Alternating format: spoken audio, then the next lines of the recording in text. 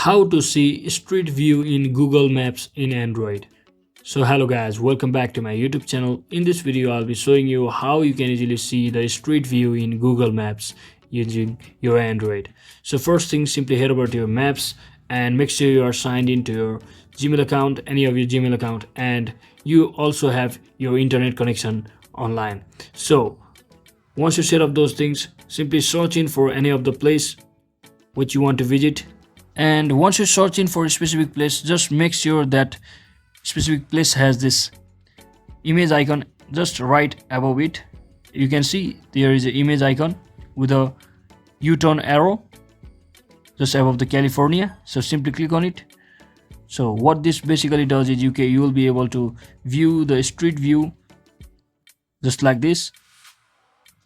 So that is exactly how you can easily view the street view using your Google Maps in Android.